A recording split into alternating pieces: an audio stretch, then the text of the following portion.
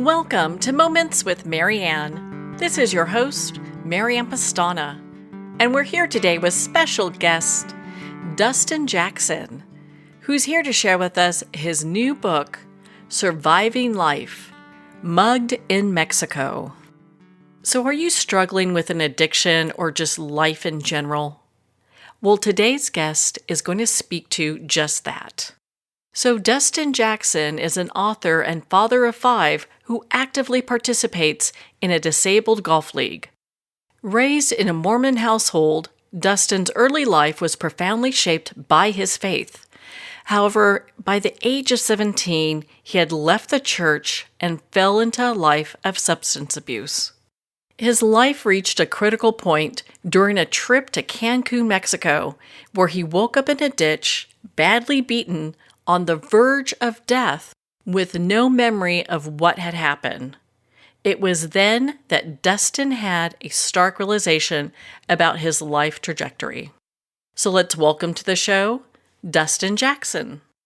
Hi, thanks, Marianne. Well, what an honor it is to have you here and to talk about this book. I mean, the whole book is Surviving Life, Mugged in Mexico, but there's so much more to this. So why don't we start in the beginning? Perfect. I mean, I know a lot of people struggle with different things in life, and your journey takes you one that deals with having to, come to terms with a drinking problem. Correct.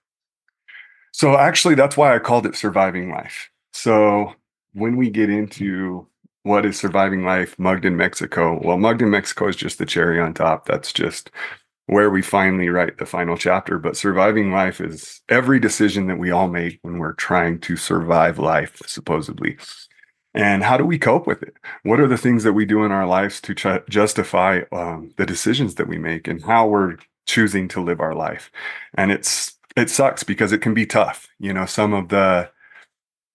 Some of the decisions that we make can be bad ones and they can be bad coping mechanisms. Mine was to deal with all the stresses and problems with life. I chose drinking.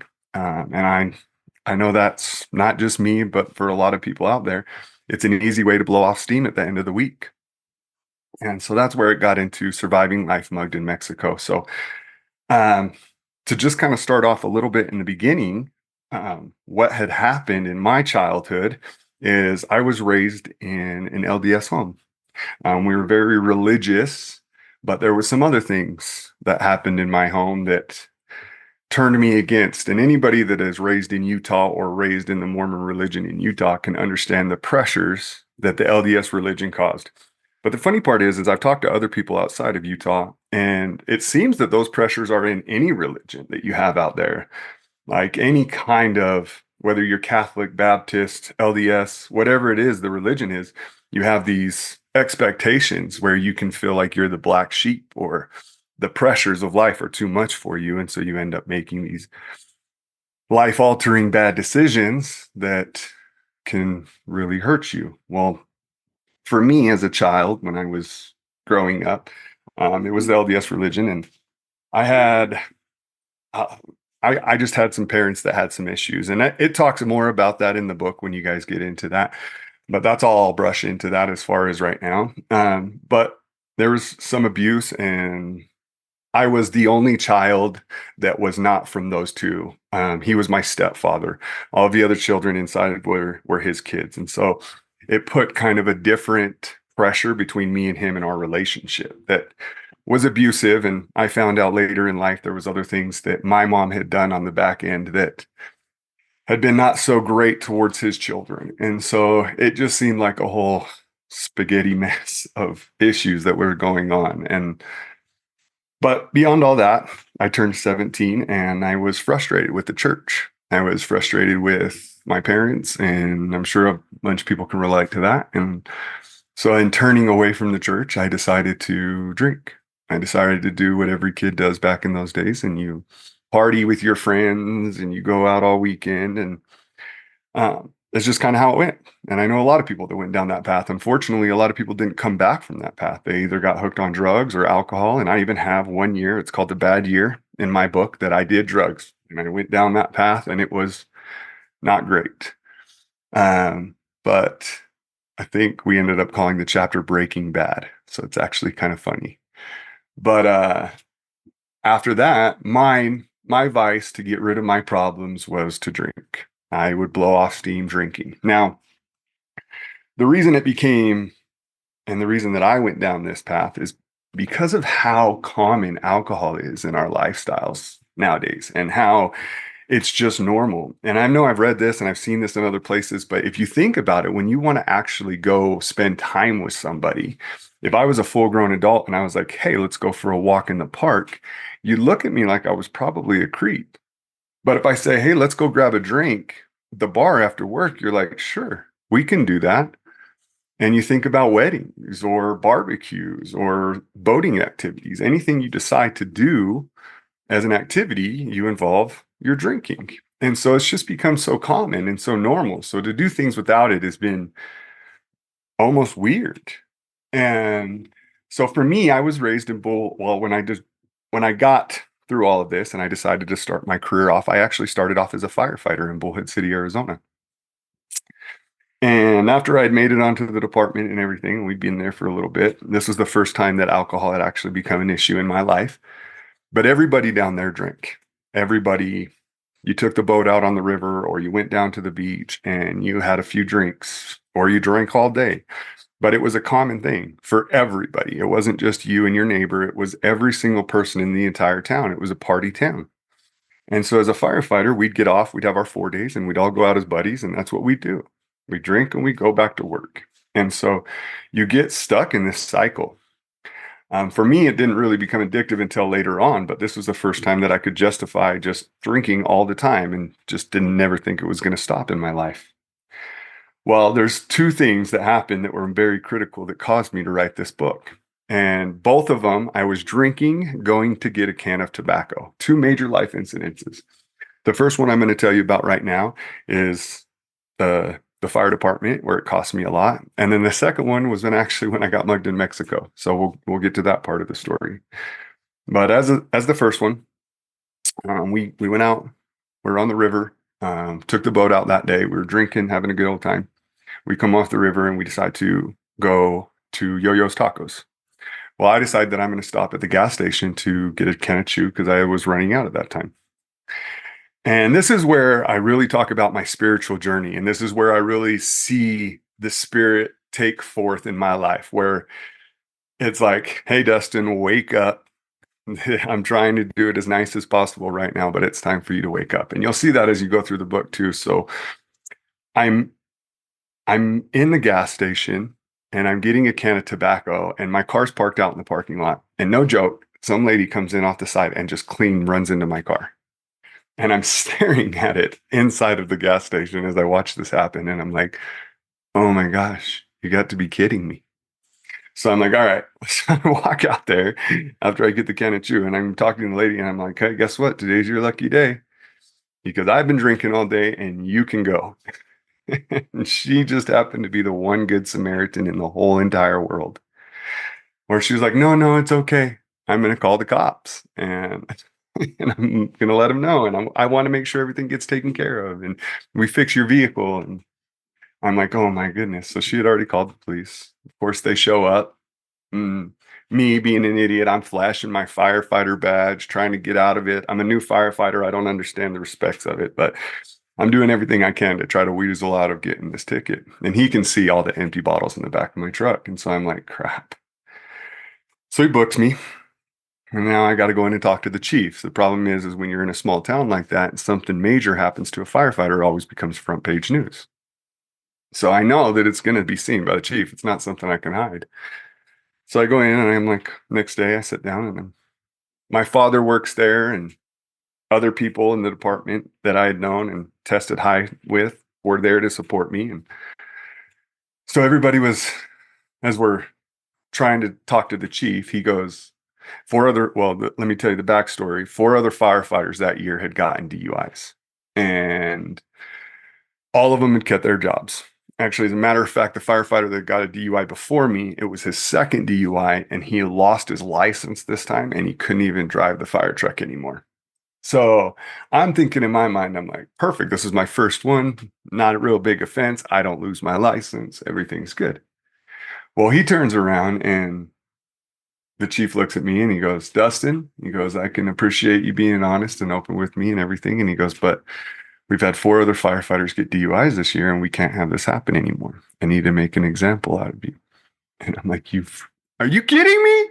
Are you kidding me right now, man? This is a joke, right? And he goes, I'm sorry, Dustin, but I'm going to let you go. So this was my first spiritual experience, right? It's the first time God's knocking on my door, like, hey, Dustin, it's time for you to wake up. And he does it nicely. All I did was lose my job. That's it. Didn't spend any time, wasn't in jail, didn't lose a bunch of other crazy stuff. But that was a lot to me. I mean, I spent 4 years working to get into the fire department. And anybody that knows how hard it is to get on as a firefighter can understand that, especially 20 years ago. So I'm distraught. I'm devastated. I'd moved to Arizona where my father was at this time. I'm like, okay, I'm going to go back to Utah. I'll just test for some departments up there. Well, 2 years went by and I never got on. But I quit. I quit drinking at that time. After I got the DUI, it was an eye-opening experience. So I'm like, I'm going to quit.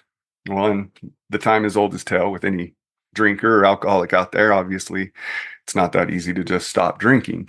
And this is where I say we normally start with our problems, and how we justify how we drink. And the reason I say that is because for any person that's actually become an alcoholic, nobody likes the taste of alcohol the first time you do it.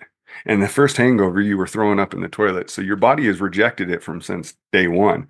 So for you to get addicted to something, you really have to put yourself in that scenario multiple times over and over again.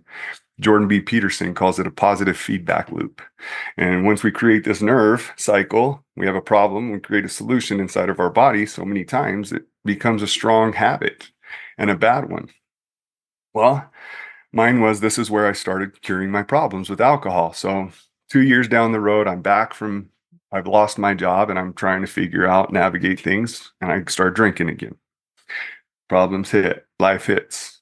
And so there's everything else is in the middle of that. And I have about 15 other stories from running calls as a firefighter on people who had been alcoholics or drunks and rolled their cars to millions of other situations that, as any addict can understand, ruins your life.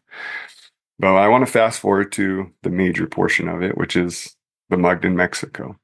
And the reason I correlate these two stories is because these are the two main ones that really made me open my eyes, look in the mirror, and put everything into this book that I decided to, because originally I was just going to write the story of being mugged in Mexico. But when I started writing and I started looking at why all of these things happened in my life, it really forced me to look in the mirror. And I don't even know if I was even honest with myself with being an alcoholic until I wrote this book. I still didn't think I had a problem. I would quit now and again, so I didn't think I was addicted to it. And I'd stop for 6 months and then go back to it. And me and my wife, we like to party at times. So it was that's just how my life went. I didn't think it was an issue. I didn't think it was ever going to be. So I kept going back and I kept going back. Well, anyway, so fast forward to Mexico. We'd actually quit drinking at this time too. I'd quit drinking for almost a year at this time. And so it was during the pandemic. February 12th, 2022 is when the incident happened. And we decided to take all-inclusive vacation to Mexico because they had these crazy discounts going on. Now, mind you, I've never been to Mexico. I've been on cruise ships where you stop in a little bit, but I've never physically been to the actual city and being able to walk around. Because once people hear this story, they're going to call me dumb. How did you not know to not do this? Well, I just didn't. I wasn't that smart. So we were down there. We were at the all-inclusive resort. It was for 1 week, and it was the last day. And what had happened, the reason I had started drinking or had gotten to this point is halfway through the trip, we're in Mexico and I'd convinced the wife, and I don't know if anybody's ever been to an all-inclusive resort, but they just hand you bottles of like Grey Goose. Like they leave them in your room. It's crazy. It's an alcoholic stream, unfortunately. But so I get there and we keep ourselves from doing it for a little bit, but we'd hid the bottles in the closet as any person would normally do, or try to get rid of them. I think, I think we just stuffed them in the closet at that time. But yeah, halfway through, I'd convinced my wife to start drinking. I was like, hey, we can do this. It's okay. We're not near the kids. We're at an all-inclusive resort. We don't have to go anywhere. We don't have to do anything. We can hang out and have a drink here. And of course, she agrees. She's like, yeah, of course. We're in the perfect environment to do this. This is what this environment's for. And we were great all the way until that last day. And the last day, I had ran out of tobacco, chewing tobacco. And I was like, oh, well, I'm not going to wait 16 hours to get home. So I'm going to go get it. And this is where you'll have to read the really intricate parts of the book, because this is where we get separated. And this is where my wife ends up getting on the plane and I'm stuck in a ditch. And so I won't give away all the secrets. But what had happened is the last day is I decided to take a taxi cab to go get a can of tobacco. And I went to the first gas station and I walked in to talk to the store clerk, and he didn't have anything. He was like a few packs of cigarettes and some petrol, or gas. I keep saying petrol because that's how it reads down there. But that's pretty much all they had. So I was like, okay, well, I just walked back out to the guy that was in the cab, and I looked at him. I said, showed him my can of chewing. I'm like, hey, do you know where I can find this? And he's like, oh yeah, I know where to take you. From this point, I remember him driving me somewhere. And I remember getting out of the vehicle, and I remember walking towards a green building, and I remember that's it. Next thing I know, I am waking up in a ditch. My left arm or shoulder does not work anymore. I have extreme nerve damage. When the doctor looked at it, the way he looked at it, he was like, Dustin, this isn't like getting hit with a bat or them attacking you. He goes, your shoulder was in a million pieces. He goes, it looks like somebody threw you from a vehicle at 45 miles an hour and you landed directly on your shoulder. So now I just have all these pains and stuff just holding up little parts of my shoulder. It'll never work again. I ended up having to do an invasive nerve surgery, which was another part of my spiritual journey, because it was a brachial plexus specialist, and there's only 5 of them. And I think this side of the country, and one of them just happens to be in Utah and at the University of Utah. So I was like, oh, thank you again, because there could be a chance that I wouldn't have gotten any of my arm back if she couldn't have done a nerve replacement. Because the way it works with nerves is it grows back extremely slow. And I'm talking even after 2 years, my parts of my shoulder are still numb to this day, because the nerve hasn't repaired itself yet. But because they say it goes so slow, she goes, if I don't put a different nerve in there, there's a chance that you just lose everything, because it'll die off and your muscle will die before we can start getting the contractions back to it.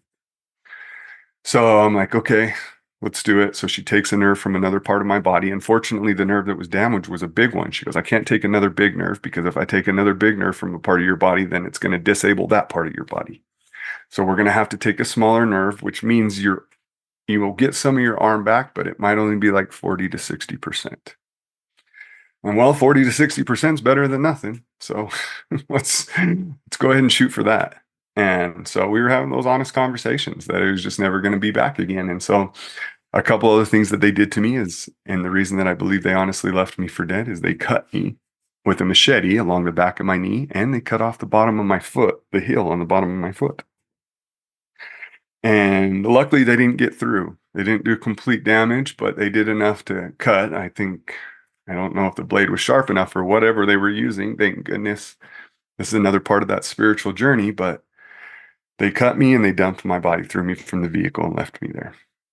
At that point in time, it took me about 2.5 days to get back to a normal situation, to be able to get home. Well, on that note, we're going to pause here for a quick break. We've been speaking with Dustan Jackson in regards to his new book, Surviving Life, Mugged in Mexico. We'll be right back after these messages from our sponsors.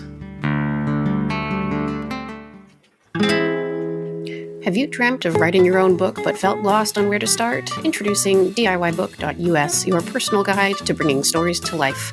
Whether it's your life story, business insights, or unique experiences, DIYbook.us makes it easy and affordable.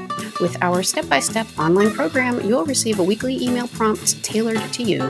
Don't let your story go untold. Visit www.diybook.us and start your writing journey today with our free 7-day trial. DIYbook.us, where your story comes to life. It's one thing to become attached to your perfect home, but what do you do when that home becomes attached to you? A family in dire need of a fresh start, a mysterious house tied to the past. Buried deep within the foundation of the old Far Hill Manor lies a centuries-old secret. Dark forces or something stronger just waiting to be discovered. Caretaker, a supernatural thriller by breakout authors R.J. Halpert.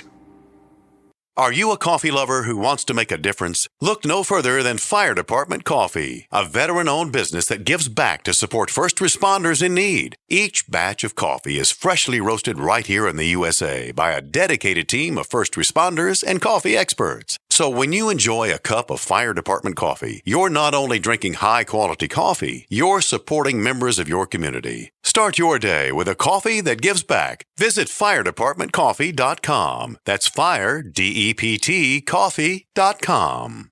There comes a moment when you realize you're somewhere special. When you discover that each beautiful creature that you see has been rescued from a life of absolute horror and brought to this incredibly free place. Here's where their lives were forever changed and where yours will as well. Discover over 500 tigers, bears, and lions at the brand new visitor center at the Wild Animal Sanctuary just outside Denver. For more information, visit wildanimalsanctuary.org. Discover true freedom at the Wild Animal Sanctuary. Internationally recognized and award-winning author Judy Goodman works and teaches outside the box of limited thinking. Working with people from every walk of life, her goal is to empower you to be the best you can be, no matter what the challenge is. Born with the gift of seeing beyond our normal vision, she has an extraordinary gift of working with every challenge. Teaching beyond conventional wisdom, her work is described as life-changing. Visit judygoodman.com. That's judygoodman.com.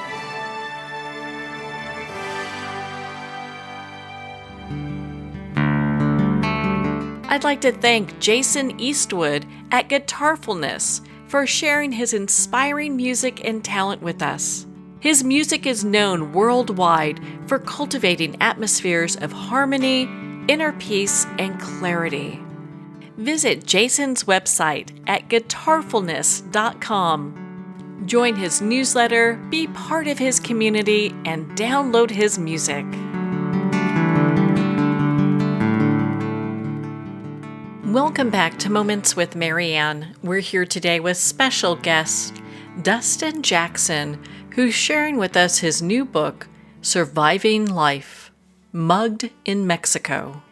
Before I left for a break, we were talking about what it took for you to get home. From there, all of that journey is inside of the book, and it's from police officers not willing to help me, times that I actually went to lay down and just die, because I didn't think I was going to make it out. I mean, I was butt naked, bleeding, begging for help, and I didn't speak the language. And I was half in and out of it because we'd been drinking for 3-4 days straight. So the factor of me surviving any of this was 2%. I wasn't going to make it, and especially without help. There was 3 people that helped me along the way outside of my wife. So there was, I mean, all of them were guardian angels. Even my wife at the time, it was amazing. She was a godsend with everybody to get this back together.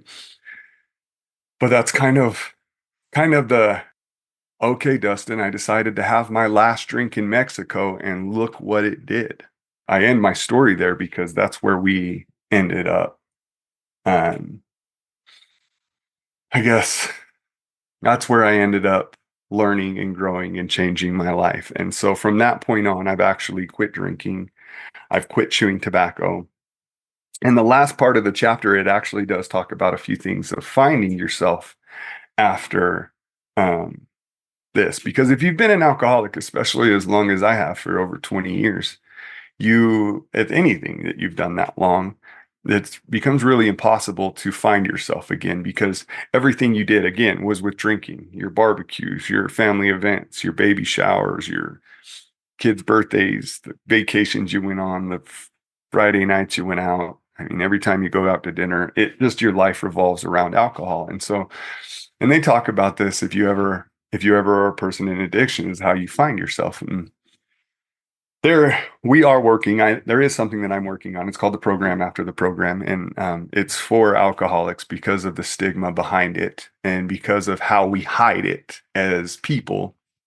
And what we do is we get to this point where you might only see the guy drinking once or twice a week, so you think nothing of it, and you're like, oh, he can stop anytime, but you don't know what's going on behind closed doors. And then so when you're just like, just stop, you're telling your partner or whoever you're with, just stop drinking, and they're having this hard time. Well, again, remember how long it took them to get addicted. There's so much more to get off of it, and they don't realize what it takes. Not only just getting rid of the actual addiction and habit itself, but the way you feel inside. You've numbed yourself for years. And so in the Program After the Program, we talk about a few things like flow and other stuff that you have to find inside yourself, activities, place that. And one of the things is, how do you be happy again? And happiness is always a huge factor for everybody, and especially in the world that we live in with the pressures of society all the time. How do we be happy?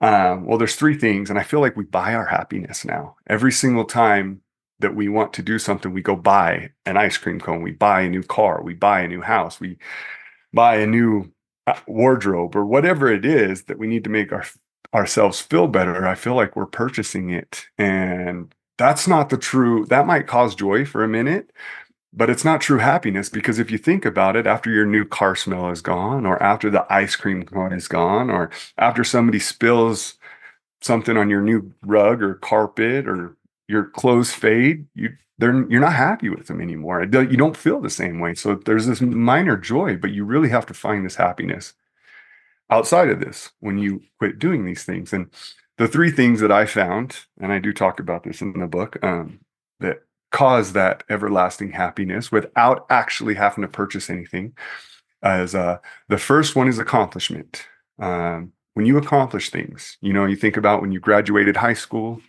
you make it through an anniversary date with your partner, or something that you were able to accomplish or grow, a promotion in a job, something you worked hard for. You feel that happiness, that burningness inside. And that's something you can actually get without spending money. You can try to accomplish new things, new tasks every day.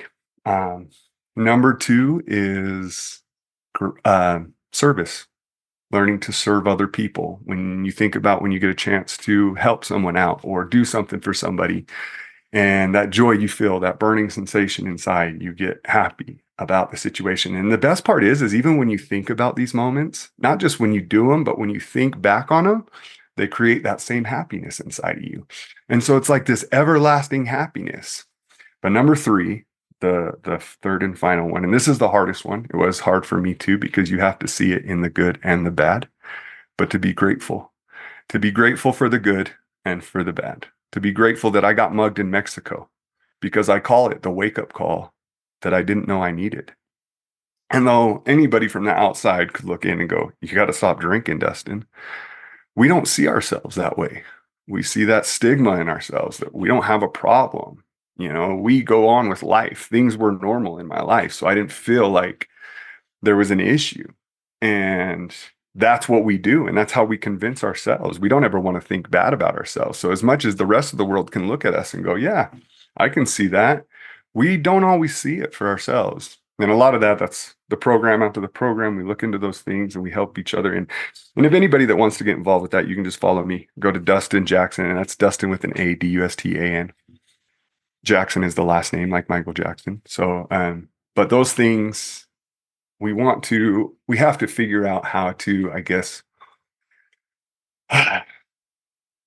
it just changed the chemical makeup in ourselves. And that's what we're trying to do, to create the happiness, to create new habits, to find the things that will bring us the joy in life that we need without obviously breaking the bank and just spending money all the time for the rest of us who don't have all of those resources. So It seems that you're very lucky to be alive, and there's obviously a plan as to why you are still here, because anyone else that went through the type of injuries you went through, and you're in a foreign country, all these things are compounded. It's a miracle that you're alive. you are right, 100%. So I know you were talking about the program after the program, and I think that that's so empowering, because a lot of times people, I hear when we've done the 12 steps and we're moving into something else, it's like, okay, so how do we move into another place of happiness and fulfillment, and being able to just constantly be in this walk of, okay, this is the new life that I'm living, and not go back. So I know you talked about a couple things that the program offers. Does it also offer like a community? Yes. So that's actually where it starts. So the community is more, I guess that's the reason I actually wanted to get involved with it, because I realize as I go to AA or I go to other programs or I talk at these rehabilitation centers, the only way we do this is with people. I mean, if I had to be stuck in a room by myself trying to deal with all of my problems and the million things that the world throws at us, especially nowadays more than ever, I would easily go back to drinking. I'd give up 100 times over again. And so that's exactly what it is it's we want to bring a community together to do this, but we also want you to be able to find inside yourself.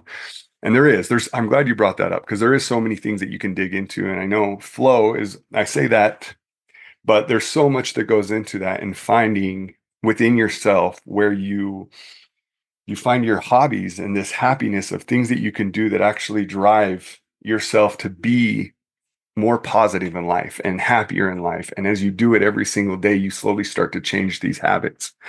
So I know I don't want to get too off base, because I know there's like a million things that I could dive into with that. But in all basis, is what it is the program after program is helping people that, exactly like you said, you get out of the 12-step program or you get out of rehab and somebody comes up to you and they pat you on the back and they go, "Good job, you did it. Okay, now let's get back to life." And you're like, "Well, wait a minute. This is day one of my life. And I have got a million things that I have got to change, adjust, become better at." And I think we really lose right there. That's where because people will go to rehab for a year and a half. And so you think they come back and you're like, perfect. This guy is ready to become a normal father, get his 9-to-5 job, do this, do this, do this. But they're not. All they've done is got rid of the psychological damage that it was doing at the time, and maybe the physical addiction that was creating their body to be going back to this. Now they have to refine everything about themselves, depending on how long they were addicted to. I mean, if you're like me for 20 years, I'm over 2 years into recovery and I'm still figuring things out. It's like I'm still going through moments where I'm like, oh my gosh, how have I not noticed this about myself? Or how did I get caught up in such the bad habits that I'm doing on a daily basis? And so it's not just about kicking the habit, and it's not just about getting rid of the actual addiction. It's about redefining who you are as a person, and finding that, whether it's simple things as writing every single day, that gives you your flow, that creates your happiness, and maybe telling your story is something you want to do. Or maybe you're an introvert and that's not what you like to do. Maybe you like to design or draw, or maybe sports is your hobby. And when you're out playing golf, you're in your flow. But we find these things that you can attach yourself to, and they can be anything. I mean, they've even proven that underwater basket weaving can provide flow. And when your body is in flow, you're actually happy and your body's happy, and it creates this this neurological change inside of yourself. And so there's, like I said, there's so much more that we could dig into it, but the program after the program is to help you redefine yourself, to actually become the person, because you're not just starting over. Life is hard enough to start over. I see college kids with college degrees working at McDonald's. Life is already hard. Now to start backwards or start with a loss in life or missing years, oh my gosh, there's so much that you have to overcome. And that's what I don't think we look at. That's where the program after the program really helps people look at that and go, oh, okay, so this is step one in redefining myself. Okay, so I'm not alone by being lost and having no idea where to start my life again. Okay, cool. This is the community. This is the group that's going to be able to do those things. And so, yes, that's exactly what it is, because we've all got to start over. It's not just being sober. It's okay. And these are for the people that are really committed too. Like I don't want to just say that we all jump into this and do this. When we're getting into this program, we understand how hard it takes or how hard it is to quit. So you have to be there, and you can tell when somebody is ready. And when they're ready to grow, man, it's amazing to see the changes in them. And that's exactly who the program after the program is for. And so it's for anybody that's like that, that's ready to kind of take that next step and really actually get their life back. Sober coaching is I think some of the terminology that's being used right now, and the other people that develop it out there. So, how would you say your spiritual relationship is at this time? Because I know that has been a big piece throughout your lifetime. Well, thank you so much for asking that, because it is amazing. So being raised LDS, I had this hate in my heart when I finally turned away from the church, because that's all my life was about for 17 years. And so when I really turned away, I was like, nope, I don't believe in God. I don't believe in anything. And I'm mad at the world. I'm full of piss and vinegar. And after this woke up, oh my gosh, it's like being hit over the head with a stick by God, because I felt like I woke up to my purpose. It was the most amazing thing. And it's almost like he told me, he goes, Dustin, he says, I've taken your arm this one time. He goes, you do it again and I will take your other arm. But every person that I talk to, every time I get up and I get to speak in front of groups or something, there's always a connection. There's always some kind of spirit that's there, and I can feel it. And I know that this is exactly what he wanted and how he wanted it. And the crazy part is it's almost like I had to go through the pain, though. I had to go through all of this. This might be a little bit off base, but it's kind of crazy because it just has to go with the Mormon religion. So I know not a lot of people will connect with this, but if you know LDS people, they have what you call a patriarchal blessing. And a patriarchal blessing you get when you're 12 years old, and it kind of dictates your life. They come on, they put their hands on there, and they tell you what is actually going to happen to you for the rest of your life. And I'm not kidding you. I had hesitation believing a lot of these things too when I was younger. I was like, oh yeah, you just don't determine my life. But there was a line in there that always stuck with me. And even to this day, it kills me, because he goes, Dustin, you and God decided your life before you came down, and you knew every little thing that was going to happen, and you both agreed on it. And I'm like, it burns even now just thinking about it. I'm like, oh my gosh, because every single thing that I had to go through, from the abuse to losing my job to losing families to losing my arm, there's a meaning, there's a reason behind every single one of them. And now more than ever, I feel his spirit every day. And that's honestly what I try to do as I wake up, and I try to connect with people and find that in everybody, so that we can keep growing. Because unfortunately, with phones and TVs and stuff, we're more disconnected than ever. I mean, you listen to all the stuff that's going on, and even all the psychological stuff that's happening with these kids that are stuck on their phones all day, and it's becoming a chemical addiction because of these dopamine kicks all the time. And so you're addicted to your phone, but you're completely cut off with reality. And so they don't know how to communicate. They don't know how to have normal relationships. And everything that's being put in the middle of us right now in our society, I think, is deterring away from becoming spiritual and being connected and being mindful. And so I try to be mindful every day. I try to get out there and connect every single day. I don't want to sound too overbearing in preaching the gospel and being like, yes, I want people to listen, but it's I do. I take that step every single day, and I hope that I'm working in the right direction with the people that I'm running into, and I'm not scaring them off.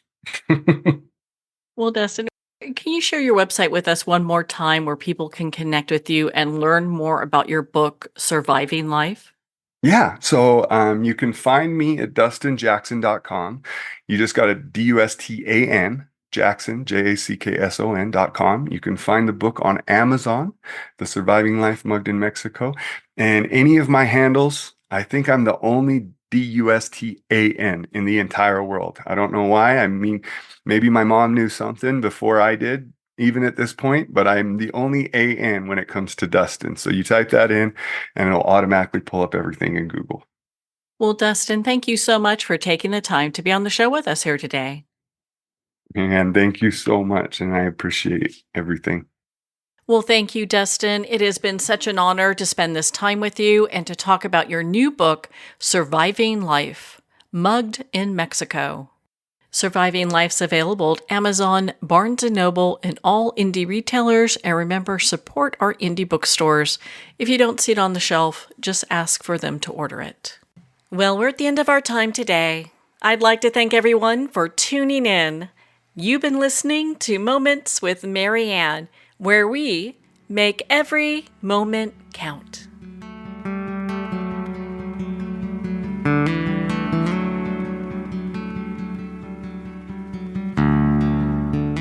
In a single moment, your life can change. Moments with Marianne is a transformative hour that covers an endless array of topics with the best of the best. Her guests are leaders in their fields, ranging from inspirational authors, top industry leaders, and business and spiritual entrepreneurs. Each guest is gifted and a true visionary, a recognized leader in her own work, and while teaching others to develop, refocus, and grow, Marianne will bring the best guest and sometimes a special surprise. Don't miss this. You never know just which moment will change your life forever.